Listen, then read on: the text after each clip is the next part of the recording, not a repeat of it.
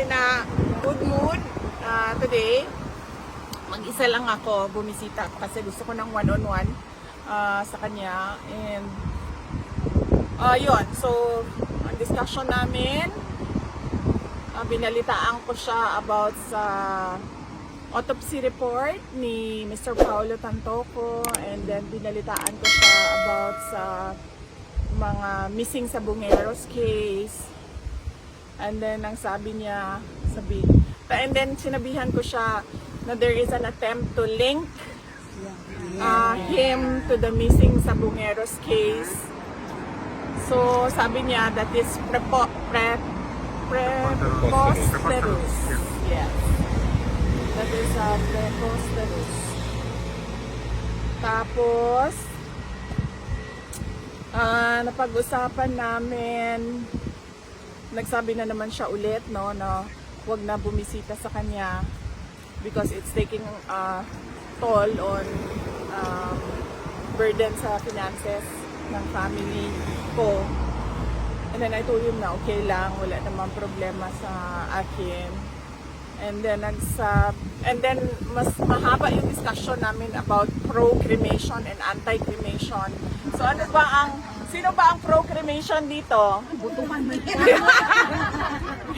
Anti-cremation. Parang equal lang. No? Ma'am, meron pang isa, ma'am. Ma'am, yung i-donate yung parts. Ako, i-donate ko. Nag-apply kasi ako din. Ako din. Diba? Oo. Donate for study. Doon sa driver's license ko, organ donation ako, naglagay ako doon ng check sa driver's license ko. Pero ako kasi gusto ko ilibing yung aking katawan sa ilalim ng lupa. Pero merong iba na ang preference nila isunugin yung katawan. So ang tagal ng discussion namin kanina kasi umabot na kami sa legal. Sabi ko, once you're dead, sabihin ko, ang next of kin na ang may-ari ng katawan mo. Decision, yes. Sabi ko, kaya nga may mga instances na ang first family at second family nag-aaway sa bangkay nung ano, 'di ba? Kung sino man yung namatay. And then umabot na kami sa bilangan ng spaces para sa ashes doon sa mausoleo. Sa urn. Spaces para sa urn doon sa mausoleo. So ang tagal ng discussion namin. Sabi ko bad feng shui yan na yung cremation. Sabi ko that's bad feng shui. And then sabi niya, ano? Sabi ko feng shui. Sabi niya feng shui din na. Sabi niya, lahat ng nagapungsoy namamatay na. Pero ma'am, gusto niya magpalitin dito. No, gusto niya magpa-cremate. Pero dito yun. Kung saan man siya mamatay, sabi niya, gusto niya magpa-cremate. So, noong last time kasi na napag-usapan namin, naputol yung discussion namin about, kasi may iba kaming kasama, may iba akong kasama pag-bisita. So, naputol yung discussion kung pro and anti-cremation. So kanina medyo mahaba talaga yung discussion namin about cremation. Ang ending, sabi ko, so pagpatay na ang tao, 'di ba? Hindi na niya alam kung ano mangyayari sa katawan niya. And by law, yung katawan na yan ay property na yan ang next of kin. Sabi niya, unang-una, hindi property ang katawan ko. Sabi niya, hindi property ko ni Ninuman. Sabi niya, hindi to property ni Ninuman ang katawan ko. At sabi niya, sundin daw yung sacred wishes niya. Last wishes niya kasi sacred daw yon sa tao kung ano yung last wishes niya. So sinabihan ko siya, ma'am, sabi ko, sige, yung eldest na lang namin na kapatid ang pagawain mo kasi hindi ko talaga gagawain na sunugin yung katawan mo kasi bad feng shui. Hindi rin masusunog. Susunugin talaga yan kasi wala siyang will. Kung meron siyang testament na nandoon, hindi susunugin. Susundin siya. O susundin, sino yung mga anak. Kailangan meron siyang will. Oo. Ganun yung nangyari sa asawa ko. Oh. Yeah, kailangan kung meron na or wala, susundin talaga. So yun.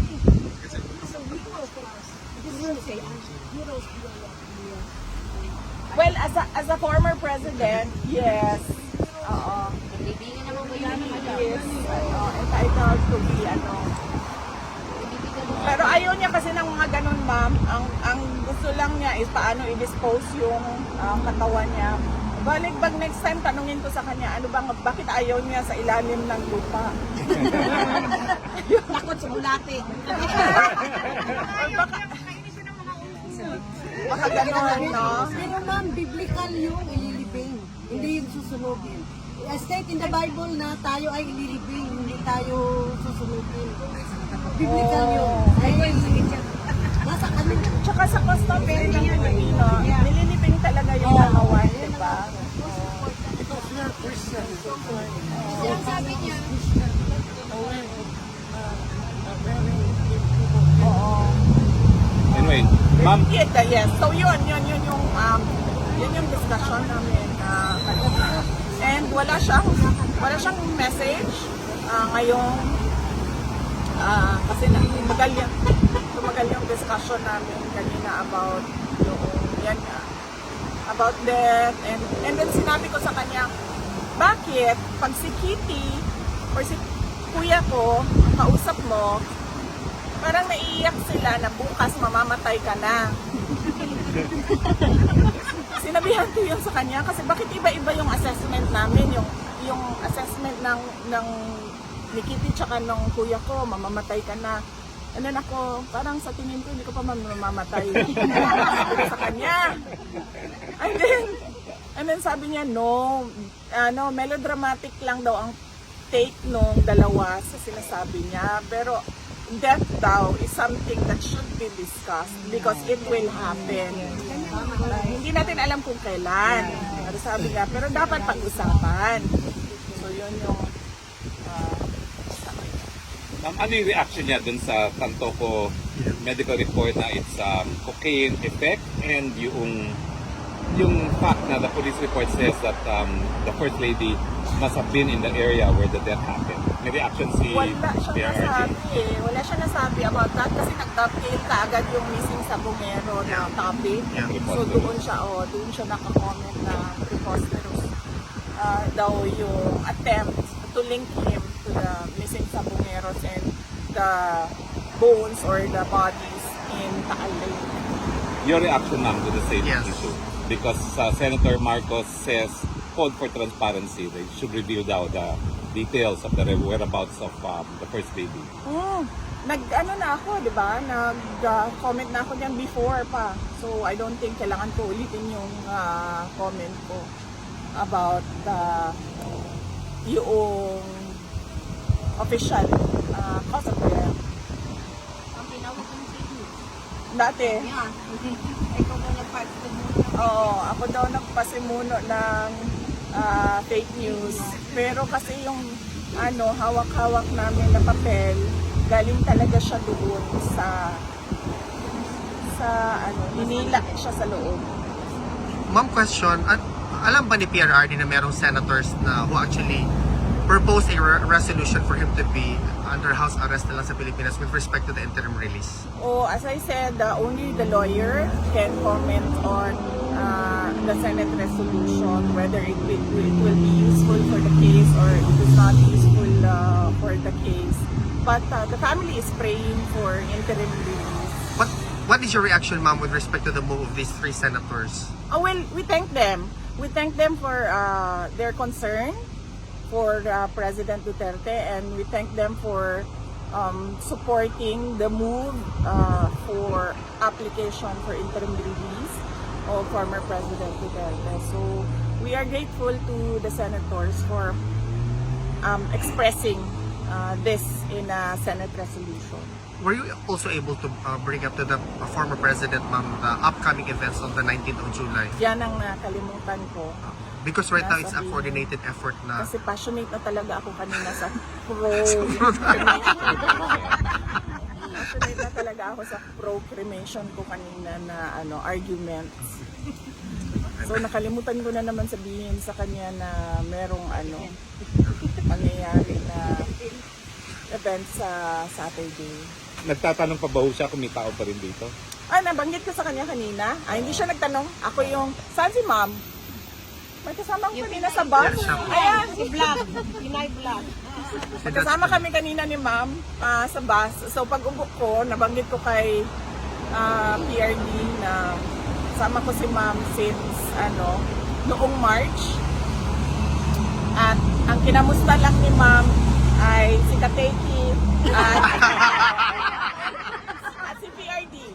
Yun lang ang kinamusta ni ma'am. Kamusta na si PRD and kamusta na si Kateki. On that particular note, ma'am, how is PRRD? He's okay. He's alive naman, no? He's alive. Alert, no?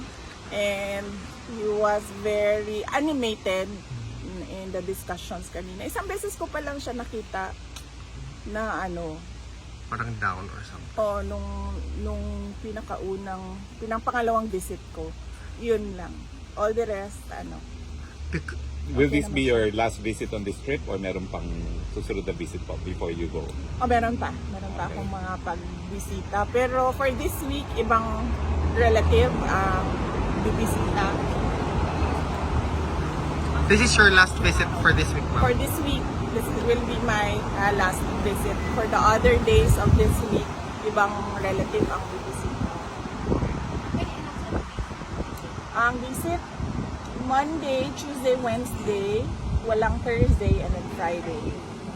So next week, Monday, Tuesday ako. Kumusta ka na eh? I'm okay, ma'am. Wala man akong problema. Nababalanse ko naman lahat ng mga kailangan ko gawin sa pamilya, dito sa trabaho ko sa Office of the Vice President at sa pag-asikaso dito kay dating Pangulong Rodrigo Duterte. At nagpapasalamat ako sa inyo lahat sa pagpapakita ninyo ng pagmamahal at suporta.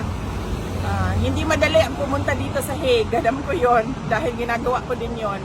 Pero nandito pa rin kayo, nagbabiyahe kayo. From the UK. Yes, As long nagbabiyahe. as you're strong, we're strong. Thank you, ma'am.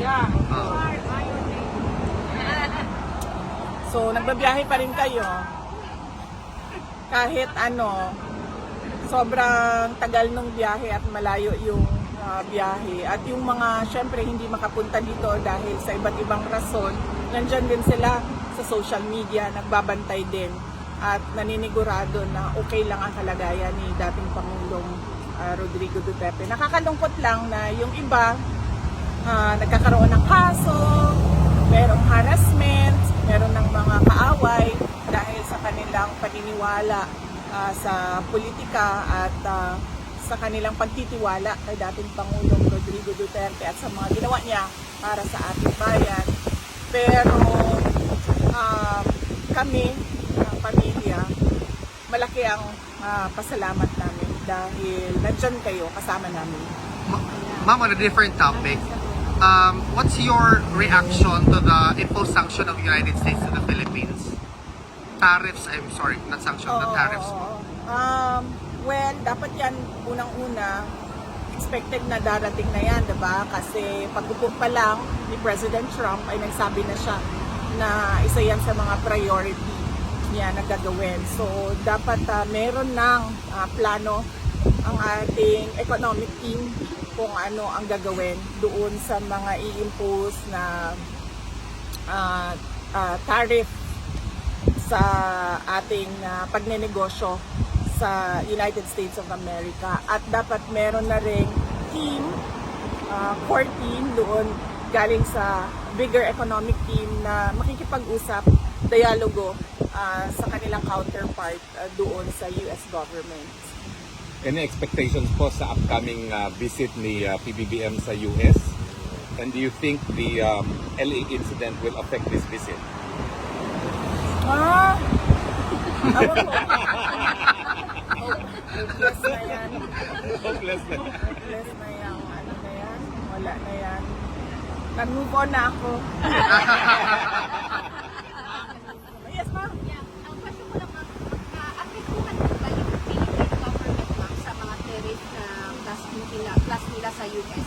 Yung trade, yes ma'am, yung trade, maapektuhan talaga yung trade natin. Hindi natin alam kung gaano kalaki kasi hindi naman natin nakikita yung study sa ngayon. Pero yung trade, yes, meron talagang So, epekto. parang bababa yung economy natin dyan, ma'am. Well, sana hindi. Sana maganda yung preparation ng economic team ng ating administration to cushion the impact. VP Inday, what is your reaction that it seems that lahat na lang ginagawa nila to link the Dutertes with all the things that's happening right now, particularly dun sa sinasabi nila ngayon, recently yung missing Sabongeros incident. There seems to be an effort to put the Duterte family name, again, as I've mentioned before, down to the mud po, but you keep on bouncing back. What's your reaction to that, VP? Well, it is expected because we saw it early on with their attacks to my office, no? So that was September 2023. September 2023. Started September 2023. But even before that, during the campaign, meron ng mga nagsasabi na nakakarinig sila sa loob na hindi maganda yung sinasabi doon sa grupo nila. Hindi ko na lang pakalanan kung sino yung mga personalities doon, pero naririnig namin. Nare-report sa amin kung ano sinasabi doon sa loob. At hindi ko naman kasi pinansin yon dahil naisip ko na sino lang ba ako? Yung Vice President lang naman yung position ko. President naman yung opisina nila. So sila talaga yung decision maker. Kasi technically, ang Vice President ay isang spare tire, diba? So hindi ko inisip na aabot siya sa punto na pati yung trabaho ko ay maaapektuhan at pati yung pagtatrabaho ko ay pilit nilang parang i-clip yung wings ng Office of the Vice President to help our countrymen.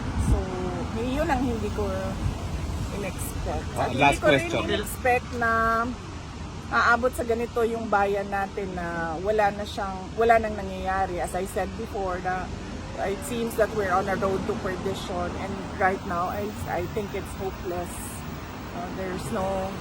I don't see any road going back to that road where there was unity and continuity of the legacies of the President Duterte. Thank you, VP. Actually, ma'am, we talked about this before. About dun sa mga pictures, ma'am, kasi ang daming mga hindi. About sa pictures ni Tatay Nico, na lumalabas ngayon sa internet. Ano lang po, ma'am, na Ay, hindi totoo yung photo. Meron akong nakita na photo na nasa hospital bed siya. Mukhang nasa hospital bed siya. At meron siyang hospital bracelet, no, na tag, name tag sa hospital. Hindi totoo yung photo na yon at walang photo na lumalabas galing sa loob. But hindi din siya mahina si dating Pangulo Rodrigo Duterte. So, yun. Wala siyang Ma'am, aside from that photo, ma'am, meron po kasi isang photo na parang AI lang po siya. Gusto ko sanang ipakita kung ganito sa pagkayan.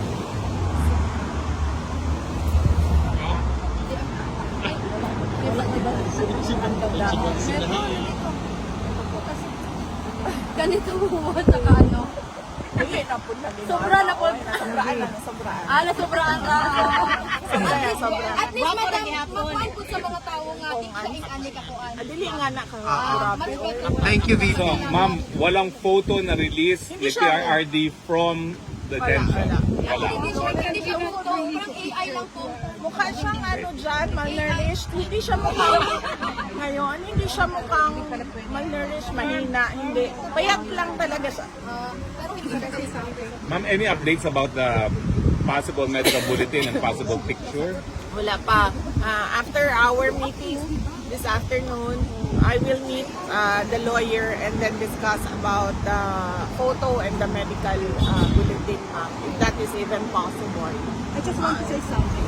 I believe that winner never quits and quitter never wins. What assurance you could give us that you will be our president in 2020? We are waiting for that assurance that you will be our president in 2020.